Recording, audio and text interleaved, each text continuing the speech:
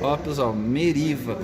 Cliente reclamando que tá com barulho na suspensão após troca do amortecedor, ó. Observe aqui que a orelha do amortecedor lá em cima, né? Tá pegando certinho na beleta, voltado para trás. E olha esse lado que eles montaram, a orelha para frente, ó. Então a beleta na posição errada, ela deveria estar presa aqui, ó. Tá? Então colocaram esse amortecedor na posição errada e gerando barulho no carro do cliente. Vender errado o amortecedor para você, bichinho.